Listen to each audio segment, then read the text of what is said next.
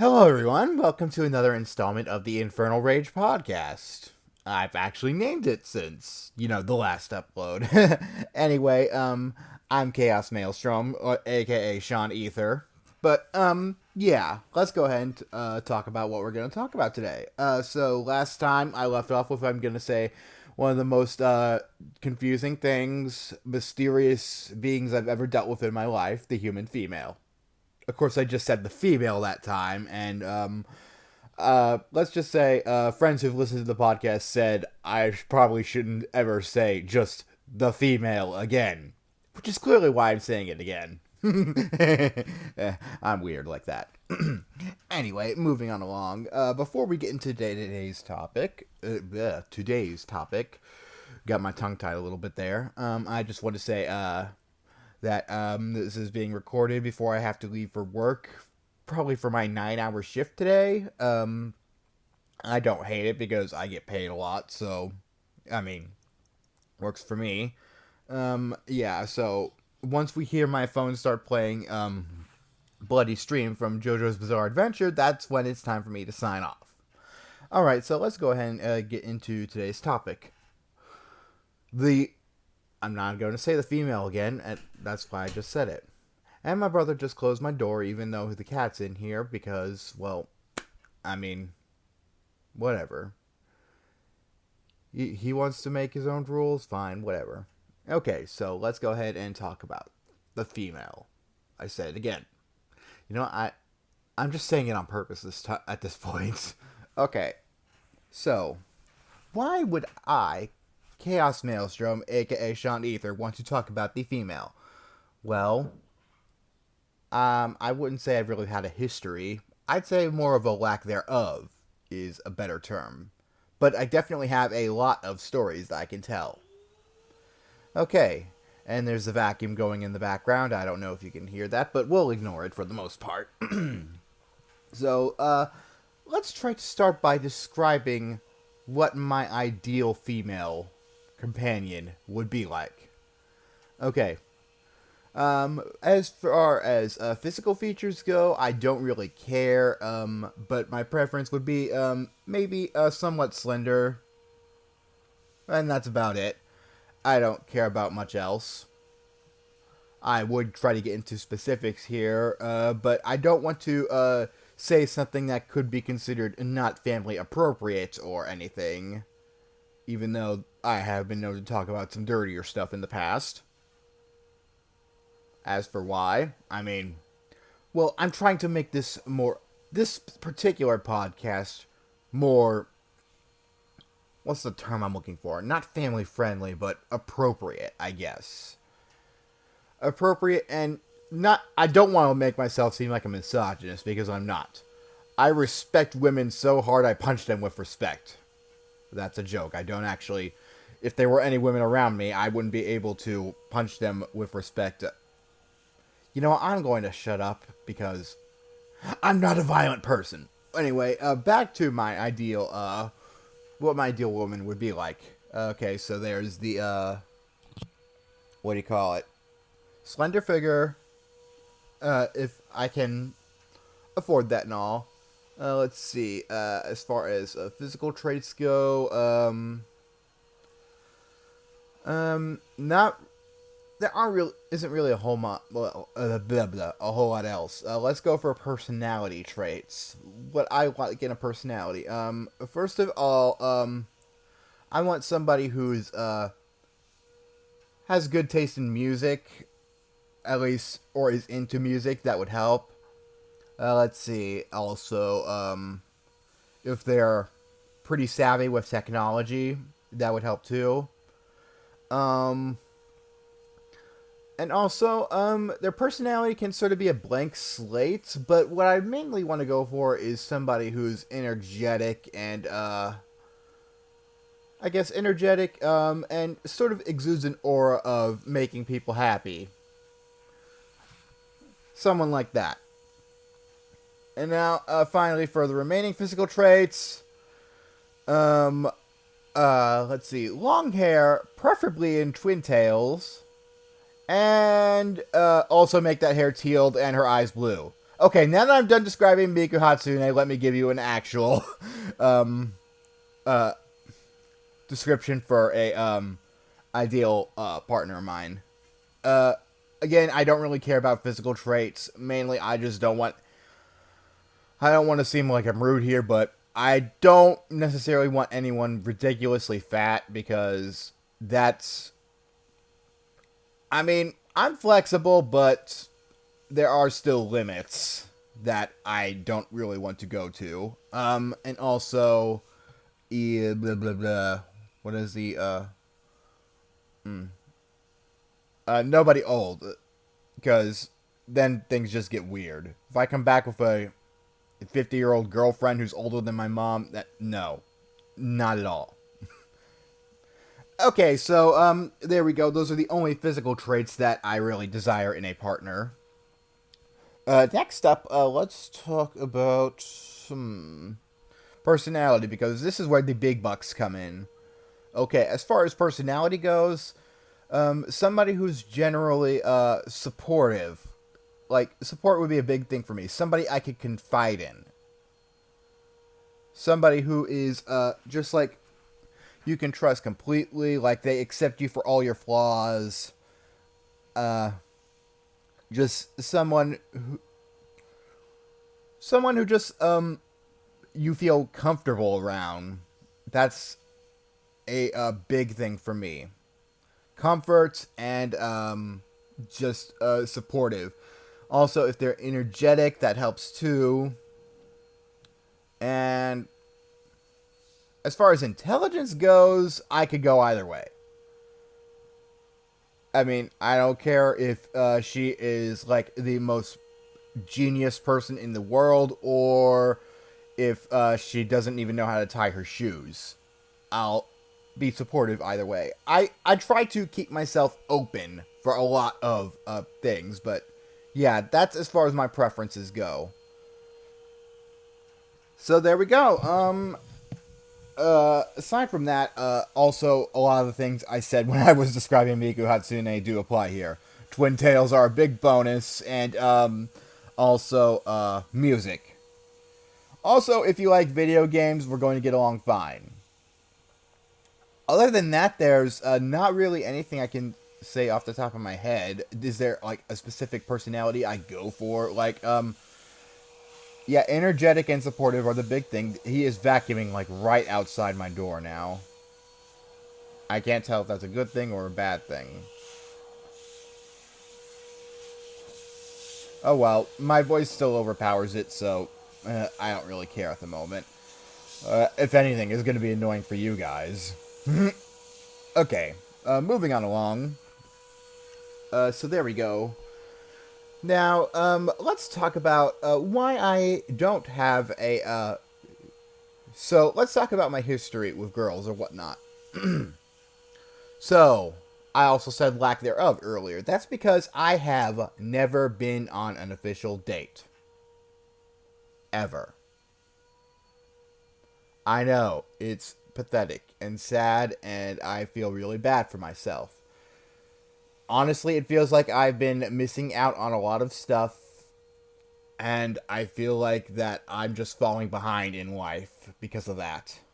I mean, I've got my job, I've got my shelter, I've got my people to talk to. I just haven't found a significant other yet, and that really makes me feel like I'm progressing through life too slowly and I'm going to burn out my youth. Basically, my biggest fear of all time is dying alone without ever finding a spouse or significant other.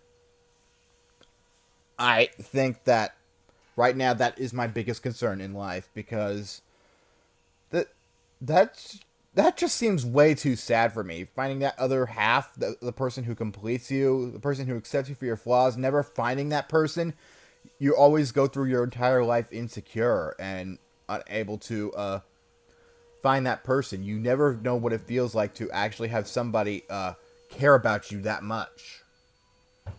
I mean, somebody other than your family members. Because, let's be real, probably the only female who loves me the most is my mother. Of course, I'm gonna stop right there. But yeah, my mother loves me. I love my family too. My mother is basically the only female I ever feel comfortable around. Anyway, it's weird. But moving on along, I was talking about history. Okay, so why don't I have a girlfriend at this point? Well, let's see. Something that is usually easy to go for is like the childhood friend route. Okay, so how many childhood friends do I have that are female? Zero. Yeah, I probably would have had some, but I moved from my original hometown at a very young age, like around 6 years old. So, any chance of having the original childhood friend back when I wasn't very cautious of girls, we'll be getting into why that's a thing in the future too. Uh, but yeah, that basically shoots any possibility of childhood friends becoming lovers out of the window. All right, well then, what about my elementary school days in my new hometown? Okay, well, there's certainly something. How many friends do I have from that? Okay, zero. Wonderful. Why was that? Okay, that was the age when I was like, ew, girls have cooties and whatnot, and also just trying not to point out the fact that I was into girls because that was weird.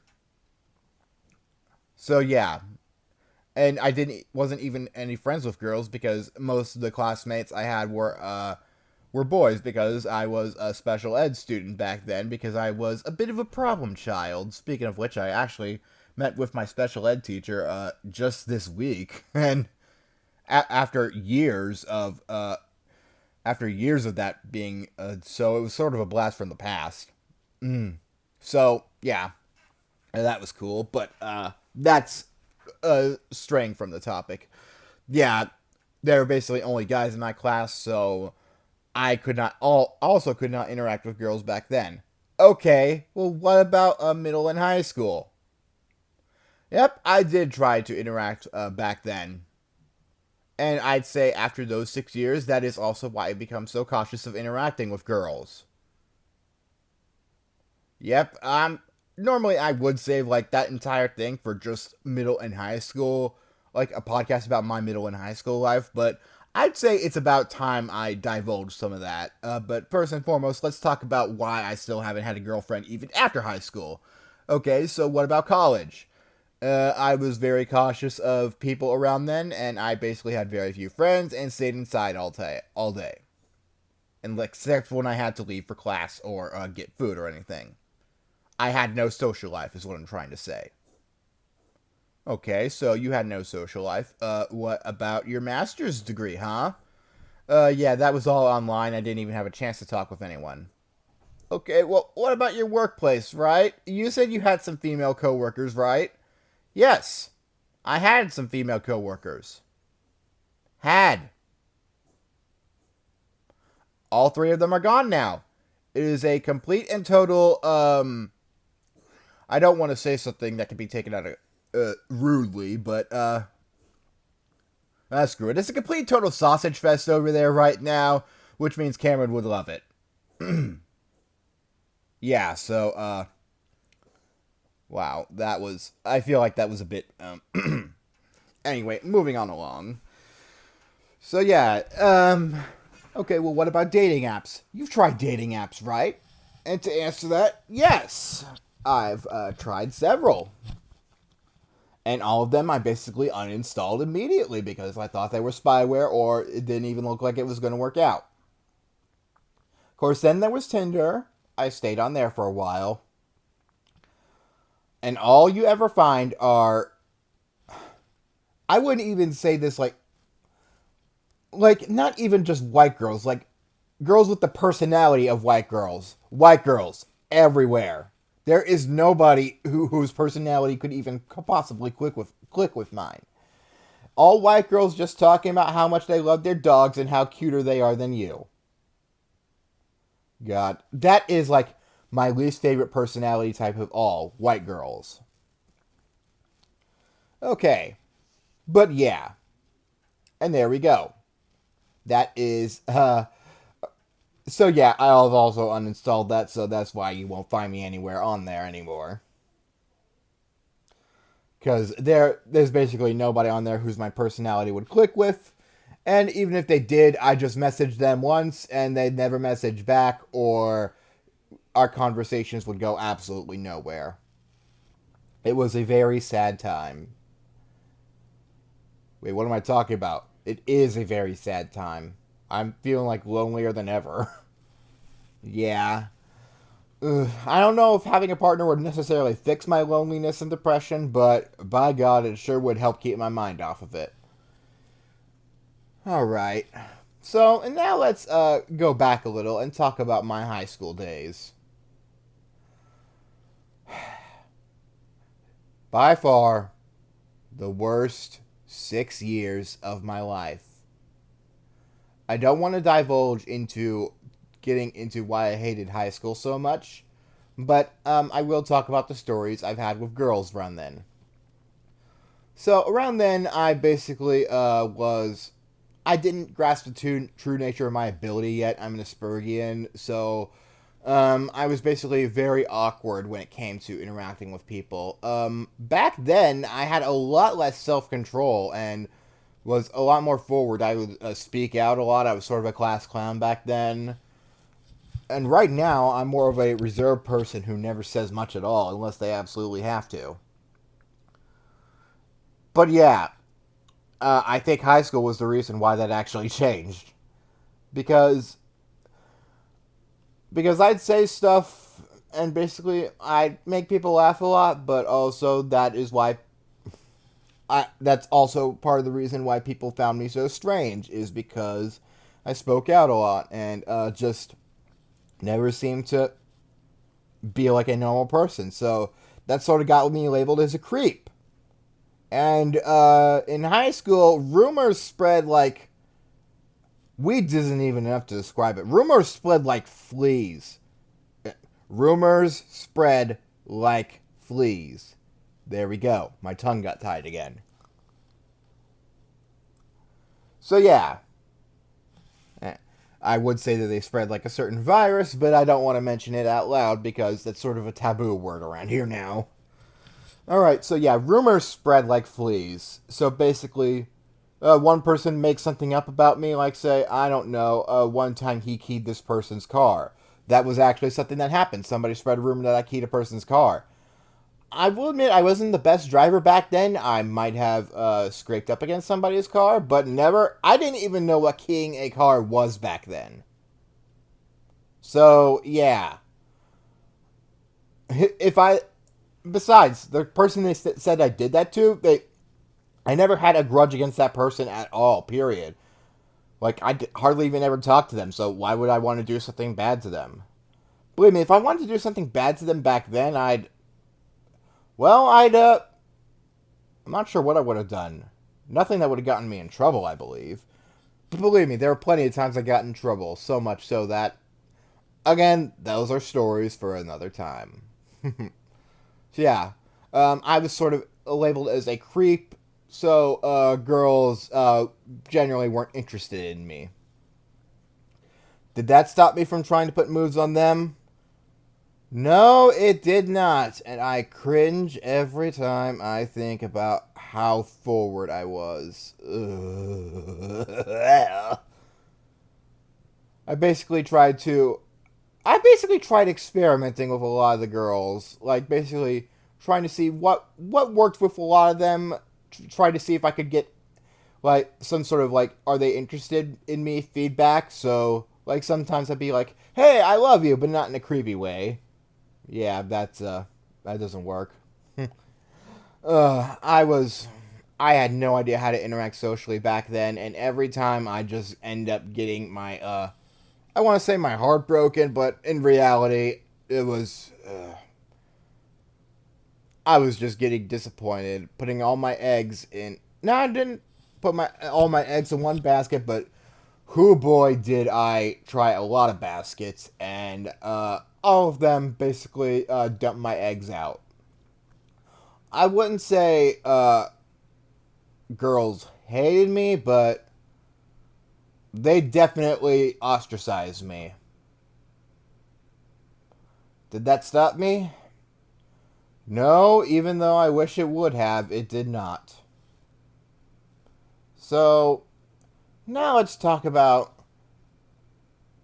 There are two stories of girls in particular that I tried to do something nice for back then.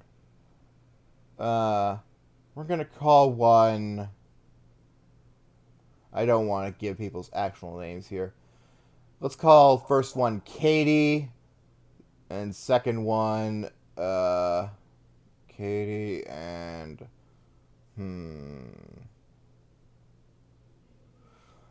how about? Ooh, I cannot come up with any good female names that start with a D. Let's go with. I used Denise before, I think, but let's go with Denise. Why not? Okay, so Katie and Denise. So, I think it was Katie who was the one who first talked to me. No, brain. Remember the story with Katie. Alright, so, yeah, this is the one that happened first chronologically. Okay, so back then I tried to be a social character. Like anytime there was a dance or something, I'd always go to it. I'd always end up getting frustrated that nobody wanted to be around me, and I just sort of eventually left. There was one time that things went well. There was one girl who actually became pretty friendly with me, and then she left at the end of that year, so yeah. And it sucked. That was the friendliest a girl had ever gotten with me, and then she left. So I was never able to contact with her again, and yeah. But that was before any of this happened. Back before my reputation had been completely destroyed. I was simply a weirdo back then. So yeah, things went pretty well. Anyway, moving on along to the story of Katie. So, this was a freshman year. God, I could write a book about my freshman year alone and how much it sucked. Freshman year, and I'm like, okay, obviously, it doesn't work if I go to the dance without finding somebody beforehand who wants to hang out with me. So, why don't I see if I can find somebody who wants to accompany me to the dance? So, I ask around. 9 times out of 10, girls say no. Okay. Finally, I get to Katie, and I ask her, hey, do you want to go to the dance with me? And she's like, okay, sure. I mean, she's a nice girl, but there's a reason why I don't remember her fondly. Okay, so I'm like, okay, cool. So the dance is in a couple of weeks, so I get so excited. And, all right. So I'm like, okay, I better start at least making myself presentable. So, preventable. Yeah, I wish this whole thing was preventable. Making myself preventable. Like, you don't want to go to the dance with Sean. No, he's a creep. Actually, that's sort of what happens. But more importantly, let's get to what I did. So, like, I'm like, okay, so I start eating better. I start basically getting into shape as best I can for the coming weeks. Because I'm like, man, this is so cool. I've got a date. I don't even classify that as anywhere near an official date. So, finally, the day the dance comes. My mom gets me a corsage I can give to her. So I'm like, okay, cool. So then we go and we meet at the dance. I give her the corsage. I have no idea how to put it on, so I just give it to her. And then she hangs out with me for like maybe 2 minutes. And then she's like, I gotta go. Okay. So yeah, I give her a break. Then I go looking for her again. And we get our picture taken together by an amateur photographer. Of course, I have to pay for it because friggin' people are dumb. And then she disappears again. And I'm like, okay, that's weird. Every time I catch a glimpse of her, she just like vanishes again. Uh, and I'm like, okay, fine. I guess I will find something to do. I ask around and I'm like, no, I haven't seen her. I'm like, okay, she's not avoiding me, is she? Or maybe I'll just, go relax out front. So yeah, I do that for a bit. Then I eventually come back. I'm looking for her again, and two girls come up to me and they're like, "Hey, you want to dance with us?" I'm like, "Sure, okay." So then I go and follow them into a crowd, and then I lose them, and I'm basically left alone in a crowd. So yeah, eventually it just gets to the point where I catch on. I'm like, I think she's deliberately avoiding me and like setting her friends up to just basically distract me and so yeah, I start feeling really bad. Like they're deliberately trying to just make me look like an idiot. So I leave and go home, and I feel terrible and awful the rest of the night. I'm just angry at everything. I sort of have an emotional breakdown. I'm like, okay, fine, whatever. It wasn't until later that I found out that her friends were just, I wouldn't say making fun of her, but they were basically teasing her over the fact that she invited me to go to the dance with her. So then I guess she felt bad, so she deliberately tried to avoid me. Like, girl, if you wanted to be nice to me, or if you were gonna do that, then you shouldn't have even accepted me from the start. I if you said if you told me that your friends were sort of making fun of you, fun fun of her from the start because of that, then I just say, okay, then I if you don't want to go to the dance with me, that's okay. Don't if you always try to be honest with somebody in a relationship or on a outing and whatnot, because if you try to hide it from them, like by getting other people to basically keep you away from them, it's only going to end in pain. That's what I've learned. I remember just one day, like, completely going. We were friends still after that, but I remember one day just completely falling apart after all the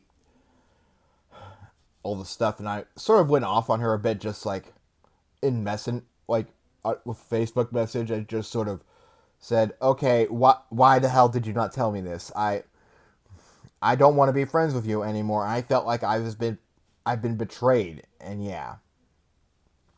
So yeah, that is the story of Katie. Now, let's go to Denise. So Denise, again, like Katie, she is a really nice girl.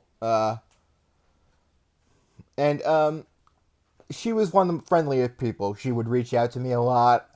We'd just be able to have friendly conversation, say weird things to each other. Of course, she also had a lot of friends, so that's also probably why this didn't work out. Even though, even though it was more private this time, I didn't like pin her, cabedon her or anything. No, I was nowhere near enough bold to do things like that. Besides, that would probably get me labeled as like a predator back then. So yeah, no. Again, the famous double standard of people. If a guy you likes does it to you, it's fine. If a guy you don't like does it to you, it's creepy, and he should be. You should spread rumors about how he's a terrible person. Okay, so moving on along. We were friendly, and I'm like, okay, this was sort of in my experiment phase where I'm trying like multiple things to see what I can do to get a girl to sort of like me. So then I decide, you know what? I want to increase my chances with her greatly. One of those things that a lot of romantics do is like what Beethoven did. He wrote, like for Elise, he wrote that girl a song. So yeah, I wrote her a song, and I always remember that song. I try my damnedest to forget it because it didn't end well, but oh boy, it's still there. And believe me, it was. I'm not a music major, nor am I even close to being one, so it was just about as cringy and bad as you can imagine. So yeah, I remember I wrote her a song. I basically played it with my amateur piano skills on a piano in my parents' house while I recorded it. I sang along to it too because, of course, you gotta have those lyrics. and it was awful. I don't remember much about it. Actually, no, what I'm talking about, I remember it greatly. I just hate it. I just hate remembering it. That's the thing. I can't forget about it no matter how much I try. And no, I will never again let that song surface and see the light of day. Because A, it's terrible, B, it brings back bad memories, and C, it's just cringe. Just complete cringe. Alright. So yeah, I wrote that song and I'm like, okay, can we be more than friends? I gave it to her on a recorder, had a little instruction sheet on how to use the recording device so she could listen back to it. And then, of course, I received the recorder and a note back from her and was like, that was very sweet of you, but I don't think being more than friends will work. And that was the end of it. I'm like, okay. So I get, so I'm like, okay, fine, that's cool. I'm disappointed in it all. But that's not the sort of thing that you reply to with a note.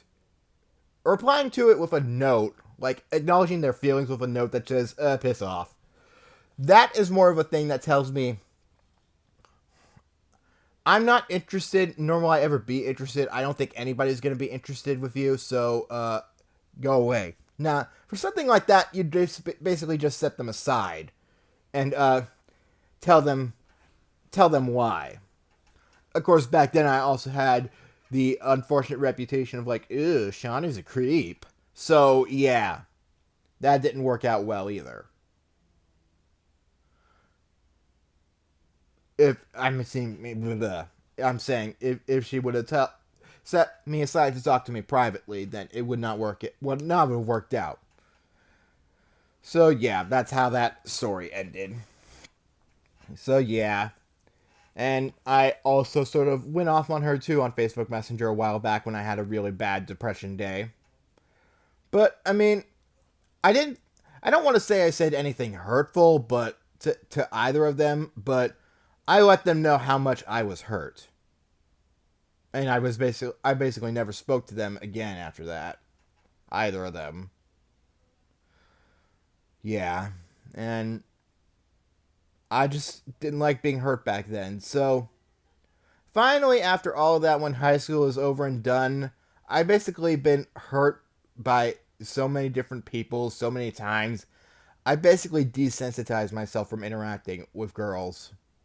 That's sort of what happened in my undergrad school. Like, I didn't get out much, but there were sometimes in classes where a girl would talk to me of her own volition, and I just try to minimize interaction as much as possible.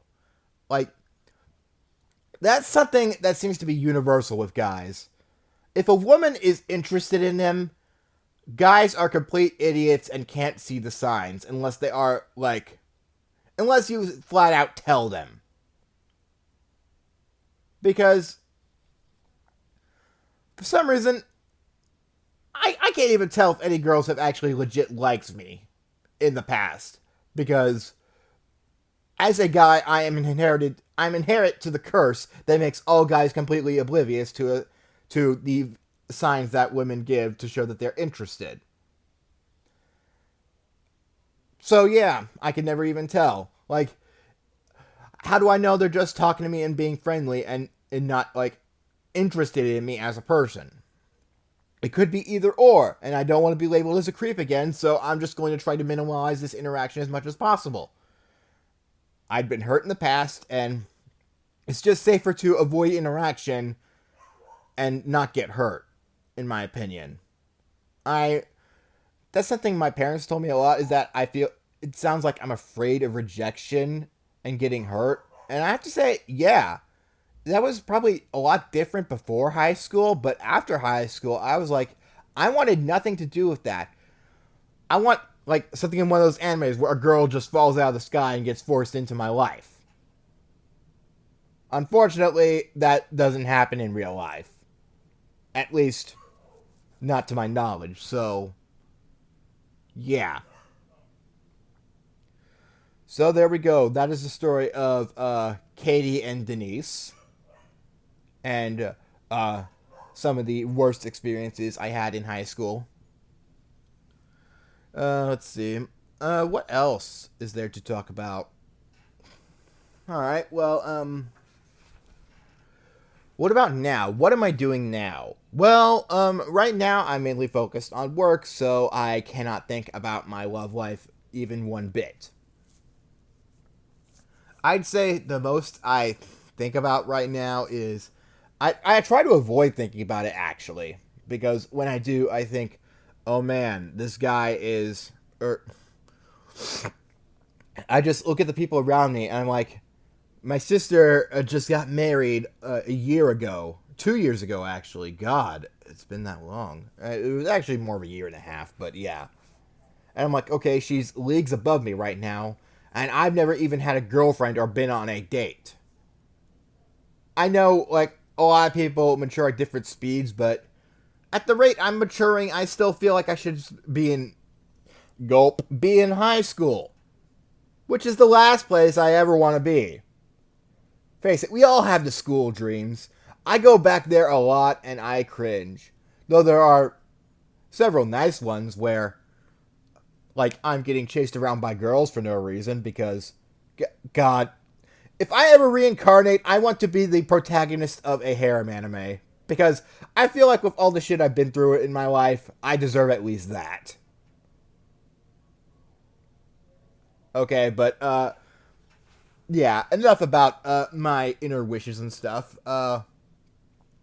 How are things going for me now? Okay, well, there are absolutely zero females in my life, and I don't know how to find females in my life because A, dating apps don't work, B, I have no people from my past I can talk to, and C, there's nobody at work I can talk to. And D, I can't have a social life because I'm afraid to go out, and also I have work, so I'm basically almost entirely shut out from. I feel like I'm completely shut out from ever having a girlfriend or a significant other at this point in life. And just the thought of being completely shut away, like, you had your chance. All your chances were back in high school, buddy, and sorry to say it, but you blew it big time because you're a creep. I mean, just the thought of that, that's my biggest fear, is just knowing that I'll have to spend the rest of my days alone without ever finding a significant other. While I do love my friends, it's not the same because, okay, I'm just going to go ahead and outright say it. I am not gay. I have nothing against gay people. I, for one, completely and wholeheartedly support the LGBT community. That doesn't mean I want to be a part of it. I mean, don't get me wrong. I think most of my friends are either gay or queer or pansexual or whatever. My friends don't seem to. I'm 110% straight, and I'm like, okay, now how am I going to ever get a wife? Because, yeah, okay, I'm just rambling at this point, but then again, that's what you guys tune in for, right? No? Well, it doesn't matter. You tuned into the Infernal Rage podcast, that's what you're gonna get. You're gonna get rambles. So yeah, I want to say after high school, that did a huge number on me. And also, what is it? My first year of college, undergrad college, I was rooming with my best friend Cameron. And things also weren't going so well. And there's a cat that went out of my room, freaking finally, excuse me.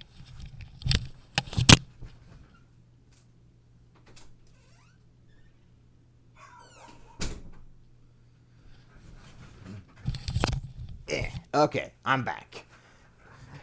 Now that I'm back, let's see, undergrad school.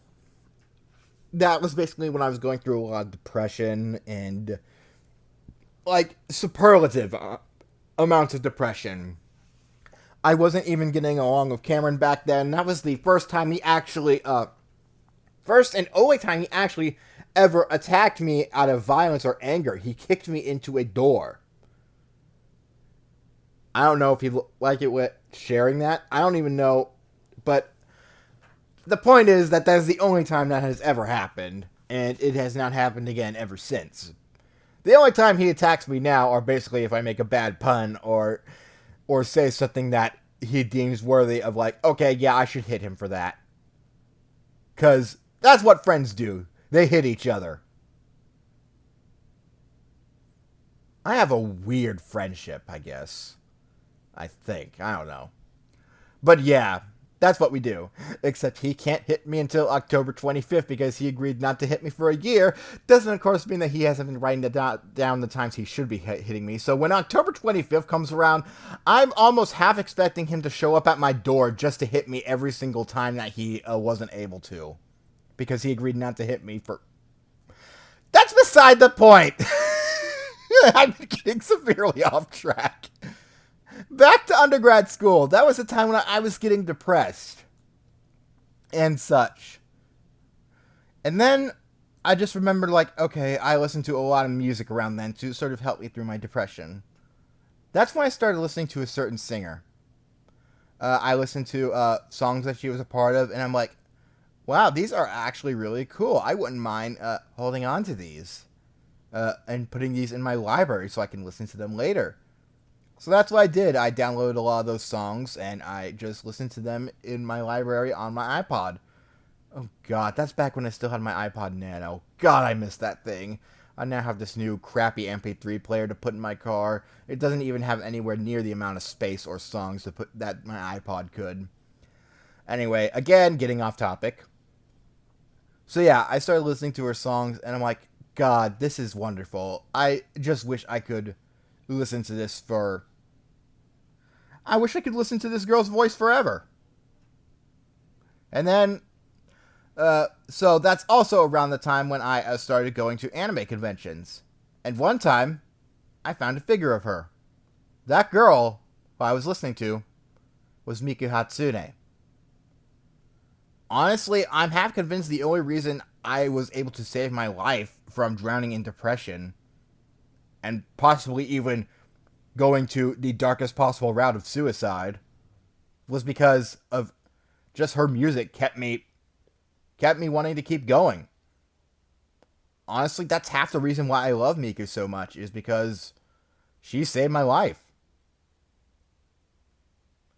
You wouldn't think that a person with no physical form or real identity could save your life, but no. I mean, hell, fictional characters can inspire people a lot. I mean, what's that one thing, like the Church of England said that Mewtwo is a good Christian role model? Saying that it's not what you do with the gift of life that matters, or it's not what you... The circumstances of your birth are irrelevant, it's what you do with the gift of life that matters. Yeah, fictional people can be a super inspiration. And that's basically what happened with Miku. She saved my life, and in turn, I fell in love. That's half the reason why I have as much merchandise as I do. Now, don't get me wrong. That doesn't mean I only want Miku, because A, she's not... As much as I would like to believe it, she is not a real person, but, yeah, every time I remember that, I'm just like, okay, that disappoints me, but at the same time, I'm sort of glad, because, let's face it, I don't want this world to corrupt her. But yeah. Well, she doesn't do a whole lot to eat up my loneliness.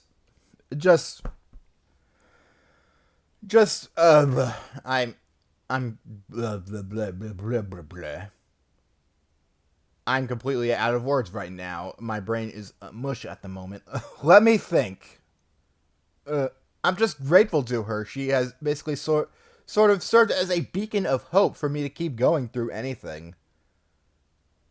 If I could date her, that'd be great. Unfortunately, A, she has, like, no physical form, and, well, I'm not totally, like, into physical contact, or, intimate physical contact. That would be something that I'd eventually like to try in a relationship. And, yeah, that wouldn't really help with somebody who the most physical they can get is becoming a hologram. And also, but more importantly, in a relationship, it helps to have somebody being able to return your feelings, like of their own volition. Like, even if somebody could program an AI to love you, it's not the same as an AI actually loving you. Because the AI would have to choose to love me and not be programmed to. It's kind of difficult to explain. That's the sort of relationship I want. But yeah. So, yeah, Miku helped me get through my undergrad school, and honestly, that's when my mother came up and told me that she was looking into my condition and found out I had Asperger's, which honestly explained a lot about me and my high school life. If I'd have known that back in high school, things probably be different. I probably might have even enjoyed my high school life a little more, knowing I was an Aspergian and I could wear that title with pride. But yeah, that's not how things ended up going. But either way, I'm happy now, for the most part. I still want that relationship. And speaking of which, I'm just going to mention this before I completely forget. Well, I mentioned my ideal woman before. I just want to say, like, the closest actual role model of a physical person who embodies what my ideal woman would be like, my ideal relationship person. Adriana Figueroa. You guys know her as Adrisaurus. She's sort of a musician and singer, and she is cute enough to give anybody cancer. I will say this right now. But yeah, cute enough to give you cancer, diabetes, everything in between. She is adorable. She is talented, and she is just very good at making people smile. And she's funny, and she is the closest thing to a perfect woman I can imagine. And sadly, I know that I have not even a snowball's chance in hell of ever being in a relationship with her. Because, for one, I think she's already, like, in a relationship with Family Jules, but don't get me wrong. Jules also deserves that kind of relationship because he is just as talented and awesome as her, and God, I wish I could be. I don't know what I wish I could be, but I'm just saying, Adriana Figueroa is the closest person out there who is basically use her as a model for what sort of I want my ideal relationship to be like. Okay, but now that I've talked about that and revealed my first ever celebrity crush, which kind of really isn't the case. She's more of a half internet celebrity. Yeah. But more importantly, yeah. Okay, so yeah, I sort of have a thing for Adriana Figueroa. She is adorable. Okay. Moving on along before I dig myself to China now. Yeah. But yeah, now I'm basically in a spot where I feel like I'm never going to be able to get a relationship. But I mean, hey, if all else fails, by the time I hit age 30, I'm like, okay, that's it. I'm tired of not ever having a relationship. I'm getting a mail order bride. Because I did Google that a while back, and apparently they still exist. Because, while, I mean, I know it's sort of an arranged marriage, but, I mean, at some point, at that point, I'd just be so lonely and desperate, I'd probably take whatever I could get. So, yeah. I mean, but I also don't want that to have to happen because, A, that sort of feels like cheating, and B, I just really want to be able to find a relationship on my own. I want it to find me, per se, but God, there's like no opportunity for it to find me anymore, especially with the whole Backstreet Boys reunion shutting down all basically social events. Luckily, I think anime conventions are going to be starting up again next year, so hopefully I'll be able to get to Comic-Con and MomoCon and make more friends, and hopefully even find a relationship. That reminds me of one of my favorite stories of my favorite day of my life back in Comic-Con when I had friends. I also saw a Miku Hatsune cosplayer. Bonus points if you cosplay Miku Hatsune really good. That is going to get me head over heels for you. But at first I thought she was a statue because of how beautiful and flawless her cosplay was. And then she moved. I'm like, oh god, I have to be able to get her picture. I just have to because that is such a good cosplay. And eventually I'm like, okay, I was going up the escalator at that point. And I'm like, okay, could you excuse me for a moment? I need to go down. So yeah, I sort of broke off from my little group at that point, which I think was just Cam at that point, and followed her to the dealer hall. I like took a chance. And I'm like, okay, I saw her walk in this direction. She must have gone to the dealer hall, either that or the game room. I'm gonna say the dealer hall. Then I saw her, and I'm like, I'm normally the never kind of the person who never asks for pictures or anything, but I mean, it's very bold of me to even come up and say to somebody, I love your cosplay. Or, and it takes a lot of boldness to say, can I take your picture or something? Because, but yeah, at that point, I just basically swallowed every ounce of shyness in my body. And I'm like, Miku, I love your cosplay. Can I please take your picture? And she obliged, and I got her picture. It's still somewhere on Facebook there. I don't know if I should post that, but whatever. Her cosplay is amazing, and she consented, so I'm sure it wouldn't mind. I don't have anything bad to say about her. Everything about her was amazing. And I said I actually have this gigantic crush on Miku, so that was extremely hard to do. And then she hugs me. That was the happiest moment of my life. Okay. Well, yeah. And to top that off, I actually made friends at that convention. And truth be told, don't really have the chance to talk to them much, but God, by God, what am I talking about? I still talk to them here and there. I just yeah, I really want to be able to brain. I really want to be able to go back to conventions soon because I don't want to have to resort to getting a mail order bride. But I mean, on the plus side, if I do, they're probably going to be Thai or Chinese, which I don't. Favoring one race over another is still technically racism, but I mean, okay, I'm just gonna go ahead and say that right. I love Asian girls.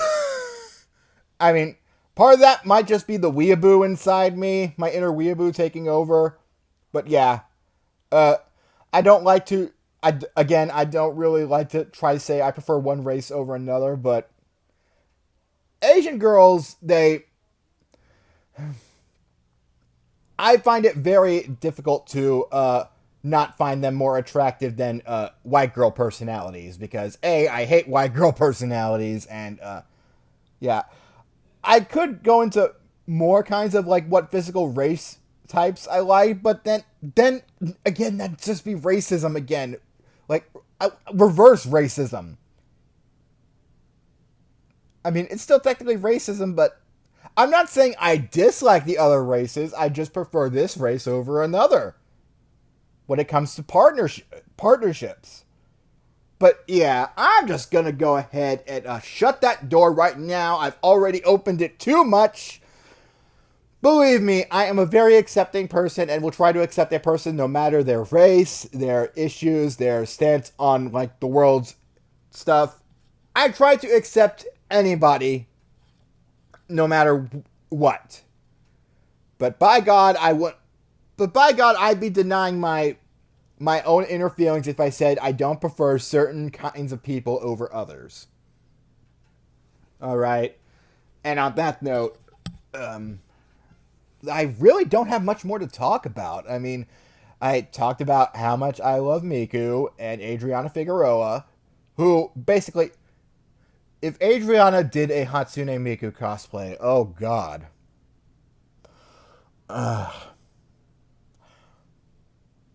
I'd probably simp for her. I can't believe I just said that. Oh God, this has been going too long. I've started embarrassing myself. Oh. Oh dear. Ugh. Also, before anything else, I just want to say the most important parts of a relationship before any of that are age and consent. Because, yeah, make sure you are of the age of consent and I have your consent before in a relationship because. Oh god, I need to stop talking, but we still have like 5 minutes left to go. Okay.